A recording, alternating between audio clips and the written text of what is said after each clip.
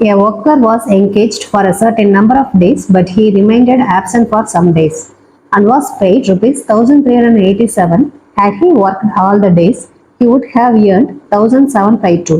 How many days did he work for? தமிழ்லைன் questions கொடுத்துருக்கேன். Question என்ன கேட்டிருக்காங்க, அவர் வந்து வேலை செஞ்ச நாட்களுக்கு மட்டும் அவருடைய சம்பளம் என்ன, வேலை செஞ்ச நாட்கள் நமக்கு தெரியாது, அதை எக்ஸ் டேஸ்ன்னு கூட வச்சுக்கலாம். இப்போ வேலை செய்த நாட்கள் அவருக்கு என்னது அப்படின்னா 1387 இவ்வளோ சம்பளம் வாங்குறாரு அவர் செய்தனால. ஆனால் எல்லா நாளும் நம்ம வேலை செஞ்சிருந்தால் அவர் எவ்வளோ சம்பளம் வாங்கியிருப்பாரு, 1752.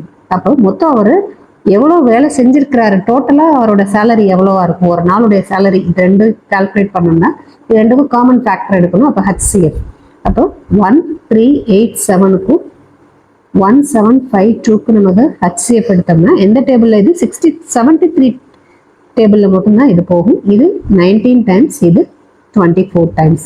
திருப்பி 19ம் 24ம் காமனாக எந்த டேபிளால் டிவைட் ஆகாது. அப்போ அப்படியே விட்டுலாம். நமக்கு இதுதான் ஆன்சரு.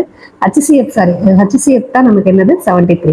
இது ரெண்டுக்கும் HCF வந்து 73ன்னு கண்டுபிடிச்சிட்டோம். அப்புறம் HCF வந்து அவர் என்னன்னா ஒரு நாளோட சம்பளம், பர் டே, ஒரு நாளோட சேலரி தான் இந்த 73. அப்போ எத்தனை நாள் அவர் வேலை செஞ்சிருக்காரு அப்படின்னு கேட்குறாங்க, செஞ்ச வேலையை தான் கேட்குறாங்க. அப்போ வேலை செஞ்ச நாள் என்ன அப்படின்னா 1387. அதை நம்ம ஏதாவது டிவைட் பண்ணுறேன், அது சம்பளம், ஒரு நாள் சம்பளத்தோட டிவைட் பண்ணால் ஏற்கனவே நம்ம டிவைட் பண்ணி வச்சிருக்கோம் 19 டைம்ஸ். அப்போ இது எவ்வளோ வந்து 19. அப்போ எத்தனை நாள் அவர் வேலைக்கு போயிருக்காரு அப்படின்னா நமக்கு ஆன்சர் என்னது 19 டேஸ் அவர் வேலைக்கு போயிருக்காருன்னு.